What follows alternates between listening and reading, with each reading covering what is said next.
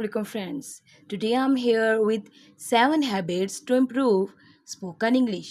तो आप जानना चाहते होंगे कि वो 7 हैबिट्स कौन सी हैं। तो चलिए स्टार्ट करते हैं। The first one is practice regularly. रोज़ाना की बुनियाद पर मश्क कीजिए। Engage in conversation with people even if it's just a few words और सेंटेंसेस आर डे। रोज़ाना की बुनियाद पर जब आप लोगों से गुफ्तगू करें तो इंग्लिश के अल्फाज या चंद जुमले ज़रूर बोलिए। Number 2, listen actively. गौर से सुनिए। Pay attention to others when they speak and try to understand their perspective. लोगों को सुनिए कि वो क्या कह रहे हैं, उनके बोलने का मकसद क्या है। The more we listen the more we learn. जितना हम सुनेंगे उतना हम सीखेंगे। Number 3, use clear pronunciation. Enunciate words correctly and speak with confidence.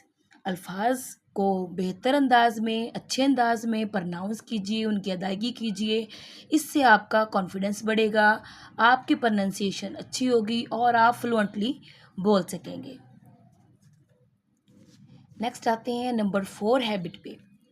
Expand your vocabulary. अपनी वोकैबलरी ज़ख़ीरा अल्फाज को बढ़ाइए। Learn new words and phrases to express yourself more effectively. नए अल्फाज सीखिए, नए फ्रेजेस, नए जुमले सीखिए और ख़ुद को अच्छे अंदाज में लोगों के सामने रिप्रेजेंट कीजिए। So here is number 5, ask questions.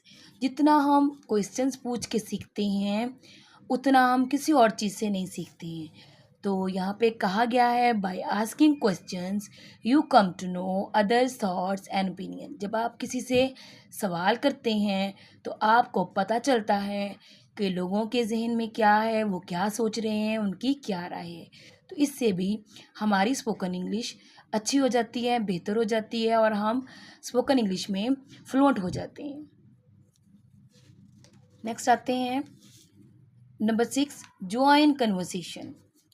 Participate in discussions and debates, even if you are not an expert on the topic.